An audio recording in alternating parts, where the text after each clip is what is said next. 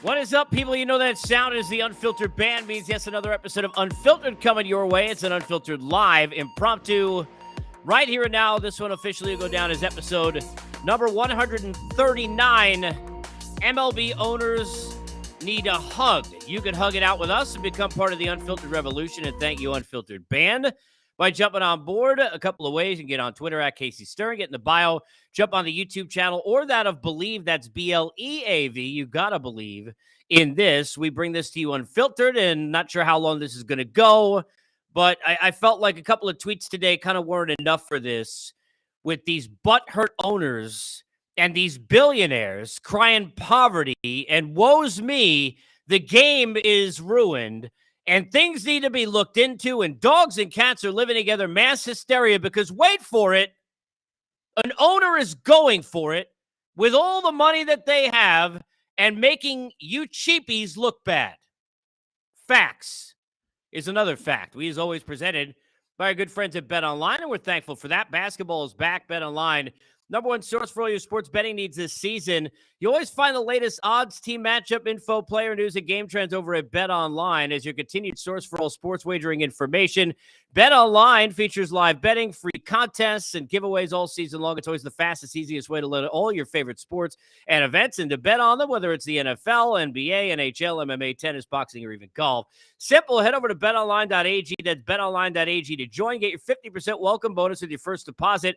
Make sure to use the promo code BELIEVE, that's B-L-E-A-V, to get your rewards. It's BetOnline, where the game starts as we get started here and now. I start with a question. Why do you think that owners in Major League Baseball don't want you or I or the Players Association or anyone to be able to open their books?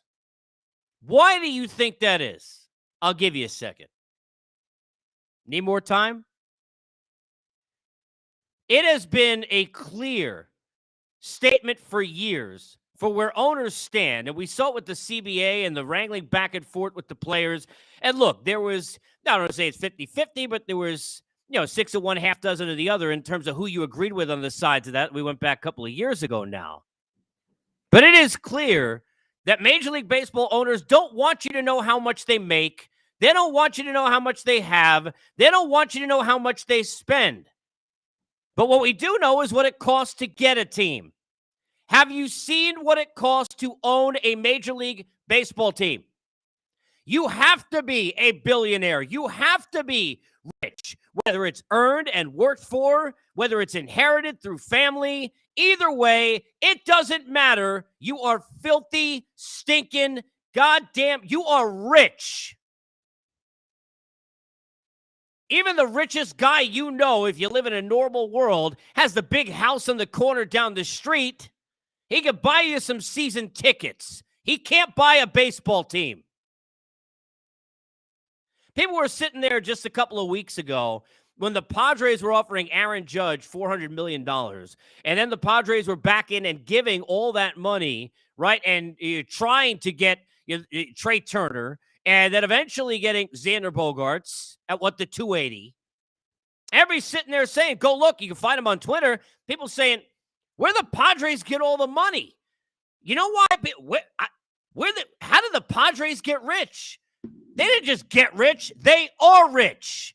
But when owners go and spend at that level, and they're not the Dodgers or the Yankees, or now in this case with Steve Cohen, the Mets, when they're not in those cases in those big markets and they go and they spend money, we feel like they robbed a bank or won the lottery. Where the hell did you get all that? It must have happened a week ago. No. And sometimes it's in change of ownership with a franchise, being fair. So a new owner, like in the case with Steve Cohen, because certainly this wasn't the case with the coupons. But most of the time, it's a situation just like the Padres where the Pirates, look, are the Pirates going to go and spend the money the Mets and Steve Cohen just made in their market? No. Do the Pirates have to have The contracts that they've put out there have the disasters year after year with the Andrew McCutchen MVP candidacies and all the times where they won't even rent a player, where they're holding back players for years of control and not playing young pieces that can help them, where they're sitting there cheapy and the owner is blaming Clint Hurdle at the time and players on the field and, oh my God, we got to do this, we got to do that. And I'm sitting there saying on the air every day on XM, well, how the hell you expect him to go win a World Series? You ask him to win the Daytona 500 in a 98 Dodge Neon? You can't do it.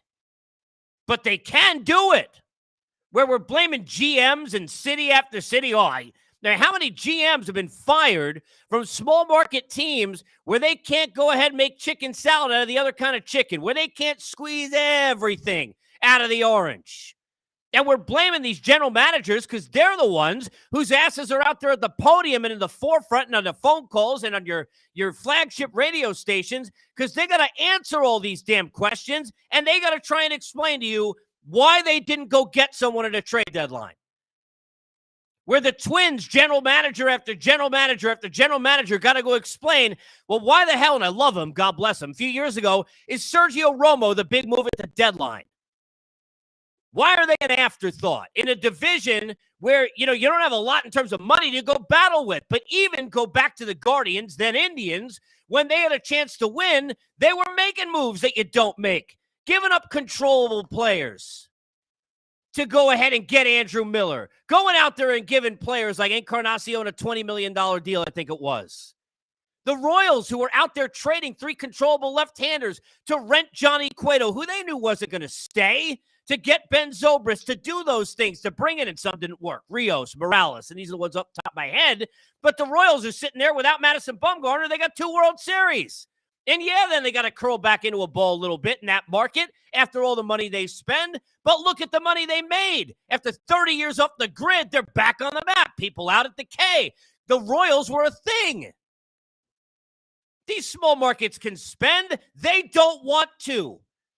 They don't buy baseball teams, most of these owners, because it's like in a Steve Cohen case. And look, it's a rare case. This is the guy, as I said yesterday, who's sitting there on text threads with his buddies, sitting there and talking crap about the Mets ownership and wondering why Armando Benitez years ago was in a game, and then sitting there and getting mad at TC and Matt Harvey or whatever. You can think about a million things over the years, right?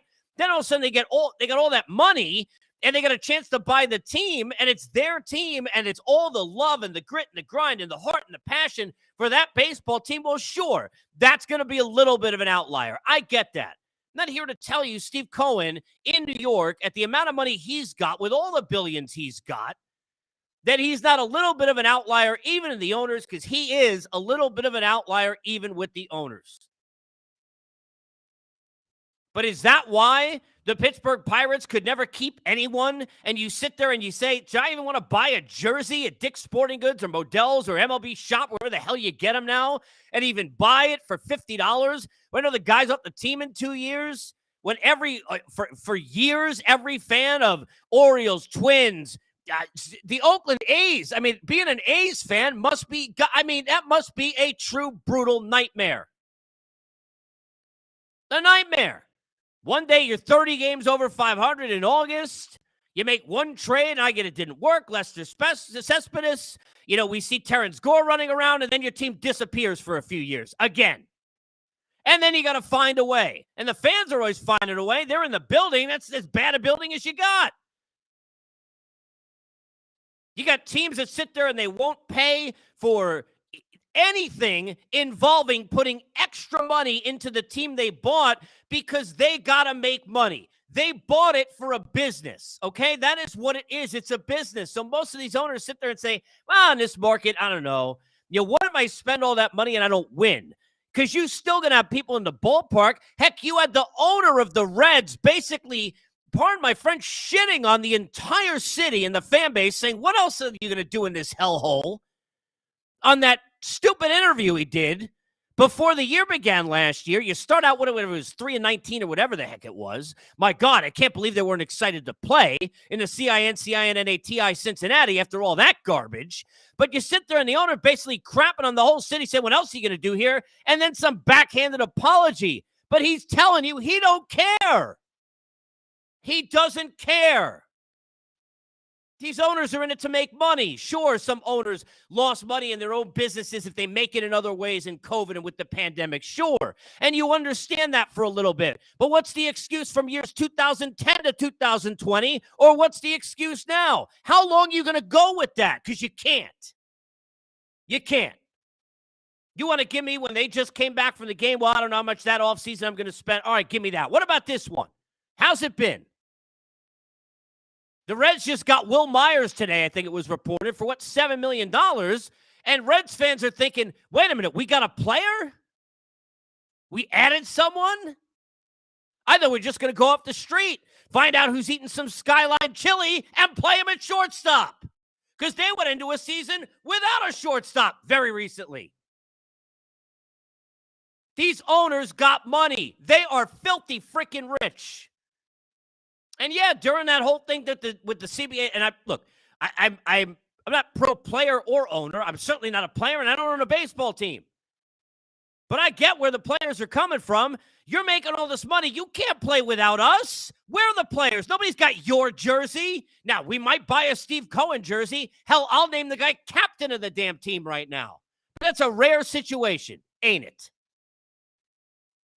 And that's a rare situation in sports. But we don't have caps, and we don't have floors, and it's not that way and that regimented, where you can stand out like years back when we used to see Mark Cuban. I remember early with his time with the Mavs when he's down there rooting for the team, and the second looked like he was going to get thrown out like a parent at some high school game, by getting fights with the referees. I mean, I don't know, but I'm loving all that.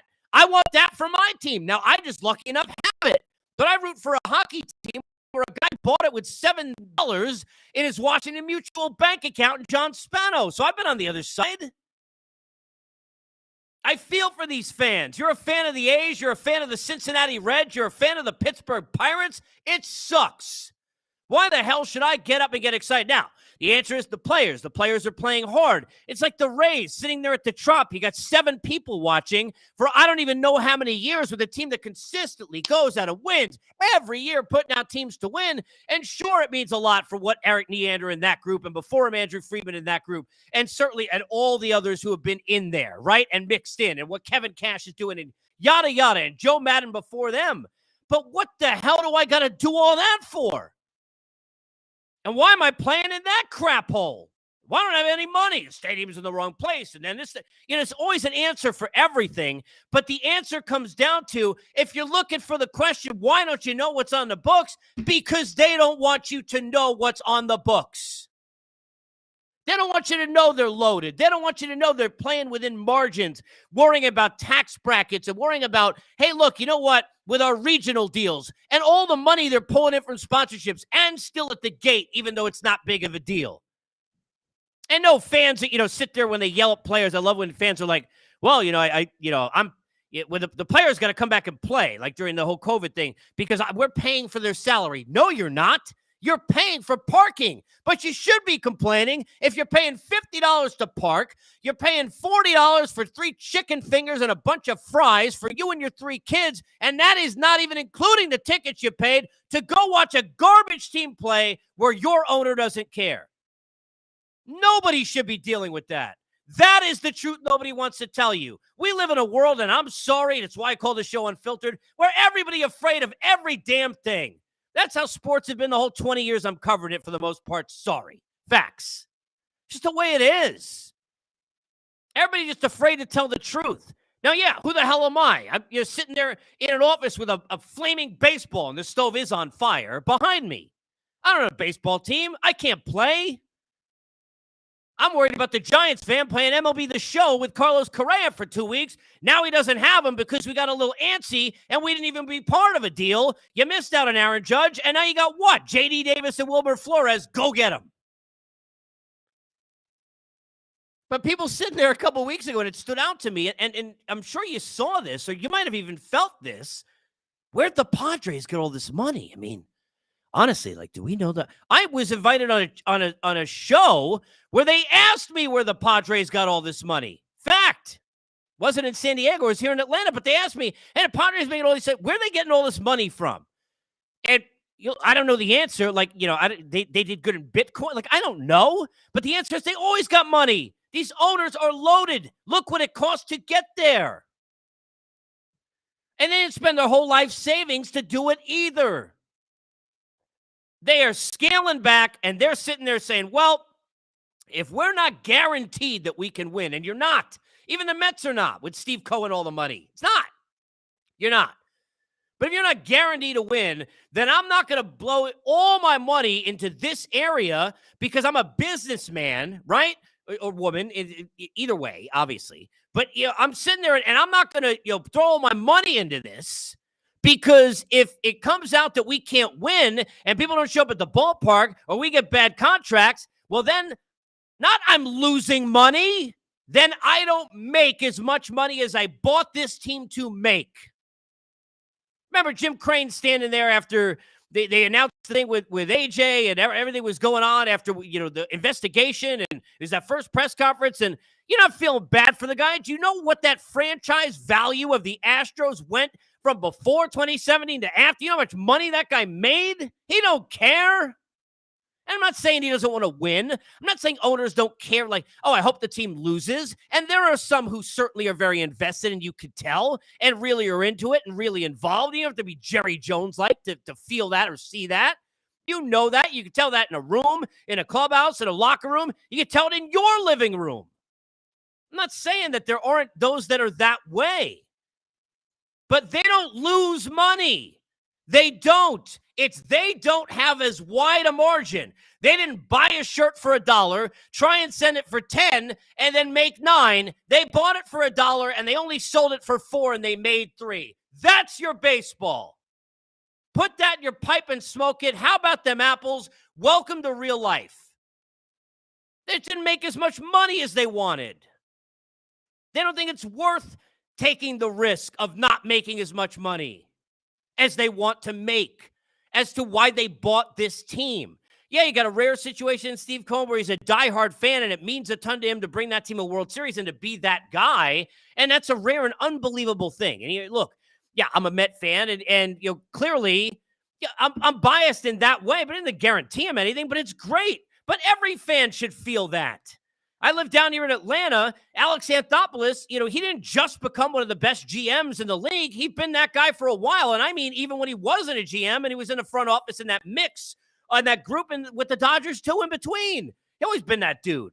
But you can't, when you're Liberty Media telling him he could only give out 1-year contracts, which is basically how they handled him, brought back Josh Donaldson, and then there were a number of pitchers that fit into that. Really it wasn't, and it did work until Ozuna, where it's like, oh, you can actually give years here? They weren't even allowing him any wiggle room, and he's figuring it out. When you're getting on GMs and crapping on them, now look, I don't know how much he didn't. Chaim Bloom had to do with what ended up happening with Xander Bogaerts, and look, he seems to obviously care and feel that it's something that's hurt him personally, and he wishes it didn't happen, and he's got regrets. But the regret is the gap of money. And that gap of money is not from Chaim Bloom's pocket. It's from the owners. It's from the owners. He didn't steal the wallet. He ain't going down the Christmas tree early when Santa's down there opening a gift before mom and dad get up. He's using money he's allowed to use. Billy Epler has done a great job. And all of that, I'm not taking anything away. But you know how different it is being a GM when you sit there and you go to the owner and you say, here's what I think we need to do. And the owner says, why? And doesn't say how much first. The GMs don't live in that world. GMs in New York with the Mets haven't lived in that world. And I know a couple of them. This is the reality, though. MLB owners who are going to sit there now and sit there like they got, some kind of like they need a wedgie. Just want to take these owners, tie them to a tree and set up a tennis ball machine and leave them there. I mean, you got people who are sitting there paying all these tickets and all this kind of money who are spending out the wazoo, who don't have a lot of money. You got $1,500 in a bank account. They spent $500 to get playoff tickets to your team when you snuck in by accident because you didn't give a crap enough to get something at the deadline. I don't feel bad for you. We were sitting there during COVID, and you get Ricketts and company talking like they got to, pay money to keep the light on. It's like that Chris Rock bit. Thanks for, keeping, paying all this rent. You're not worried about them with money. They got tons of money. But if they don't all band together and sit there and hide the books and cook up this theory that somehow they're doing the best they can, you know what happens? Then everybody gets on the uptick. Other owners spend, players make more, players get greedier, they want longer contracts, and now everyone's forced to spend. Oh my God, crazy. What a thought. What a thought that a Pittsburgh Pirate fan could go to that beautiful stadium across that Clemente Bridge and actually win a game. What a thought. It is complete and utter, and hide the women and kids is bullshit. It is complete bullshit. That's all I